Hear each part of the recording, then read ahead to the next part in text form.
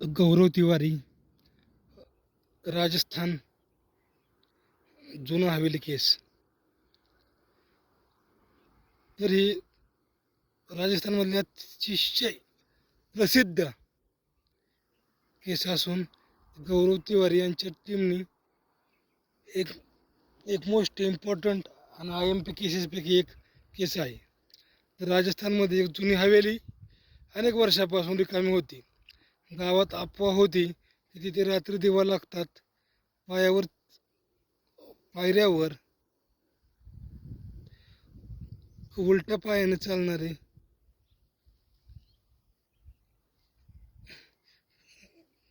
चालणारी महिला तिथे दिसतो. तिचा आवाज येतो व त्या महिलेचा रडण्याचा आवाज येतो. असं मोठ्याने ओरडण्याचा आवाज येतो. तर राजस्थानमधील काही तिथे शेजारी काही मोठ्या प्रतिष्ठित लोकांनी पंचमंडळीनं सांगितलं की आपल्याला ह्याच्या बाबतीत काय गोष्ट आहे ते जाणून घेण्यासाठी जे दिल्लीचे पॅरानॉर्मल एक्सपर्ट गौरव तिवारी आहेत त्यांच्याशी संपर्क करून आपण त्या संदर्भात माहिती घेऊया.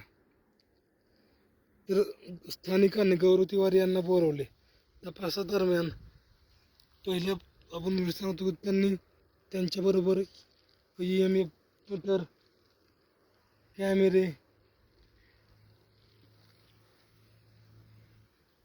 त्यांचं पोस्ट बॉक्स म्हणजे ज्या बॉक्सच्या मदतीनं भूतांशी संवाद साधता येतो, असं त्याला स्पिरिट बॉक्स किंवा गोस्ट बॉक्स म्हणतात.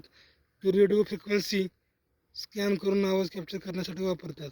किंवा डिजिटल व्हॉइस रेकॉर्डर, त्याला EVP रेकॉर्डर म्हणतात. किंवा infrared night vision camera, thermal camera, motion sensor व टेम्परेचर गन, या सगळ्या गोष्टी घेऊन गौरव तिवारी त्या हवेलीत आले आणि त्यांनी सांगावं त्यांच्या टीमनी रामकृष्ण गोयल, कृष्णा यादव व अजून दोघं 4 लोकांची टीम त्यांच्याबरोबर आली होती. त्या लोकांनी तिथे आपलं सर्व इक्विपमेंट, कॅमेरे, मोशन सेन्सर लावले आणि रात्री 8 वाजल्यापासून त्यांनी त्यांच्या सेटअपवर काम करणं चालू केलं. रात्री 2:30 वाजता EMF मीटरनं अचानक उच्च रेटिंग दाखवली. टीमने ठेवलेली खुर्ची स्वतःहून हल्ल्याचा व्हिडिओत दावा झाला आणि व्हिडिओत एक टीम मेंबरने सांगितल्यानंतर, कृष्णाने सांगितल्यानंतर खुर्ची हल्ल्याचा दावा केल्यानंतर गौरव तिवारी स्वतः त्या ठिकाणी घेऊन स्पिरिट बॉक्सच्या साह्याने, रेडिओच्या साह्याने बोलू लागले.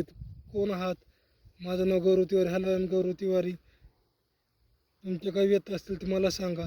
माझ्याशी कृपया बोलण्याचा प्रयत्न करा. कृपया तुम्ही एकदा बोला, मी तर निघून जातो.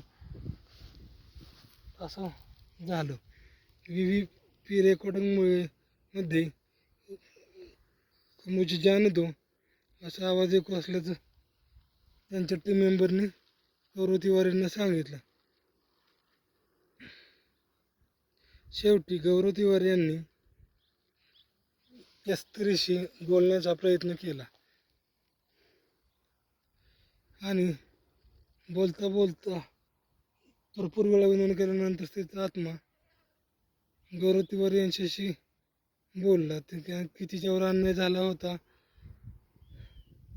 आणि ती त्या हवेलीची दासी होती, पण तिला त्या हवेलीतल्या सरदारांनी षडयंत्र करून तिथे जाळून मारले होते. त्यामुळे तिचा आत्मा तिथं भटकत होता आणि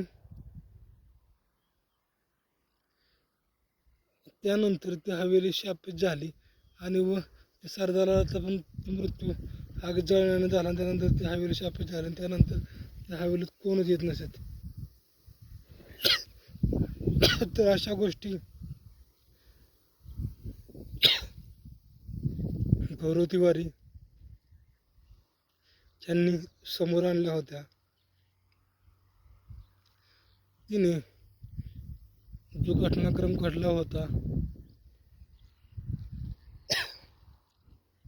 याच्या पिरियड तर एकदम का सगळं सांगत नाहीत, पण गौरव तिवारीनं विचारलं होतं की तुमचा मृत्यू कसा झाला, मला कोणी मारलं,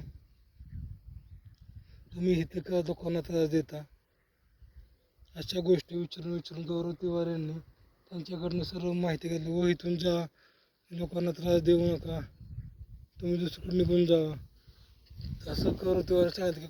आणि गौरव तिवारींचा जो मृत्यू झाला तर त्याच्यामागे एक महत्त्वाचं कारण होतं, एक मोठं कारण होतं.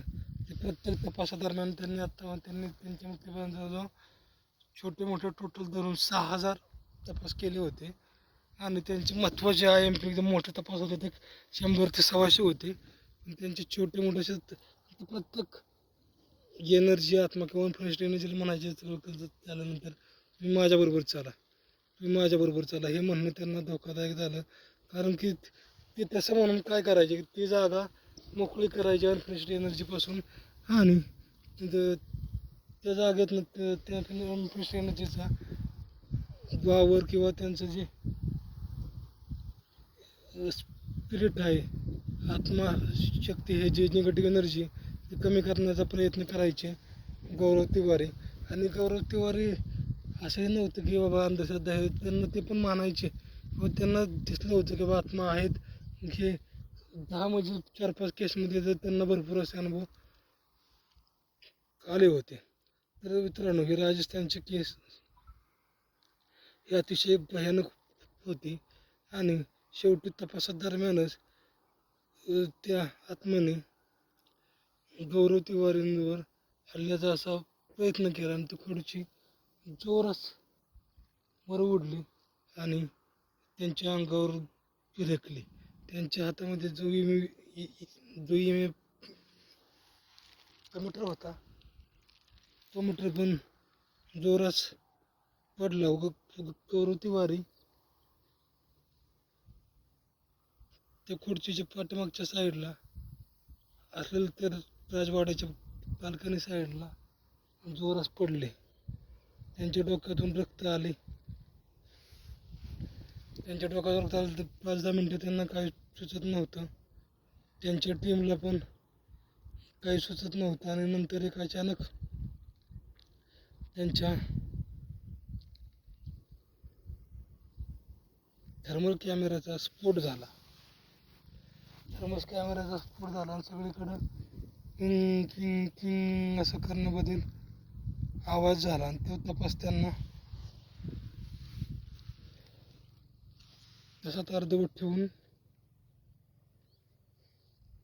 तिथून त्यांना पळावं लागलं होतं. कारण की ते जीवापेक्षा आणि टीमपेक्षा महत्त्वाचं काहीच नसतं हे त्यांना माहीत होतं. आणि आपल्याला माहिती आहे, राजस्थानच्या भागामध्ये स्पिरिट, आत्मा, भानगड किल्ला त्या भागामध्ये किंवा अशा भरपूर भागामध्ये तिथं आत्मा आणि स्पिरिट भरपूर ताकदवर असतात. अलवर राजस्थान म्हणा, तिथल्या भागामध्ये जेवढं वाईट एनर्जी आहे आणि सगळ्या वाईट एनर्जीवर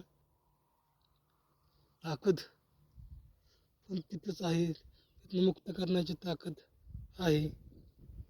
ती म्हणजे ते मेहंदीपूर बालाजी हनुमानाचं मंदिर आहे.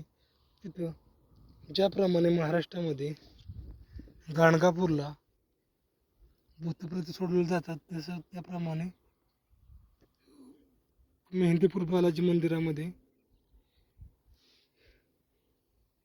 हे भूतप्रेत घालवले जातात. तिथे प्रसाद दिला जातो. तिथं काळभैरवाचं पण एक मंदिर आहे. तिथनं हे केला की आपल्यावरचे भूतप्रेत सगळं नष्ट होऊन तिथे जातात. असं हे अतिशय शक्तिशाली मंदिर आहे राजस्थानमधले. भरपूर लोकांना तिथे अनुभव आलेला आहे.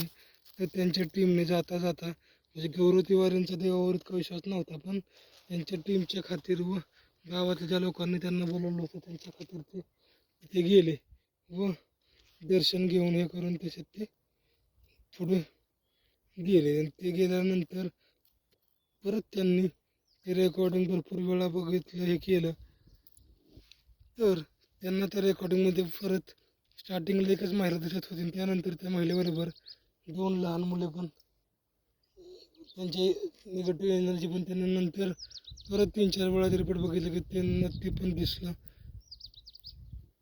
तर अशा प्रकारे ही राजस्थानातील ही त्यांची स्टोरी अतिशय कथा गाजली. आपल्या भूताच्या गावावर या चॅनलला लाईक, सबस्क्राईब, कमेंट करा. चॅनल बघत राहा.